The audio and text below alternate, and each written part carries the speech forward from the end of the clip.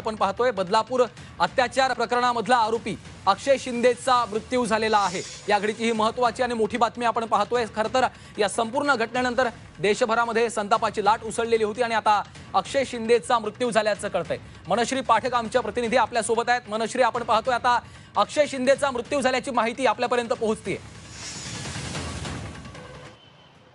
नक्कीच अक्षय शिंदेच्या या मृत्यूमुळे अर्थातच या संपूर्ण घटनेला आणखी एक गंभीर वळण मिळते, कारण अनेक राजकीय प्रतिक्रिया या सुद्धा आता या संपूर्ण घटनेसंदर्भात उमटतात। आपण बघितलं की बदलापूर लैंगिक अत्याचाराच्या विरोधात देशभरात संतापाची लाट होती। विशेषतः मुंबईत, महाराष्ट्रात ही लाट जास्त उसळलेली होती।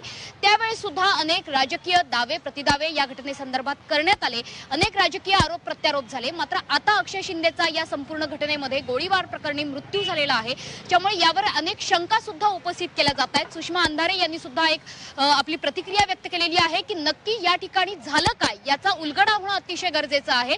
गोळ्या झाडल्या गेल्या की आणखी काही प्रकार झाला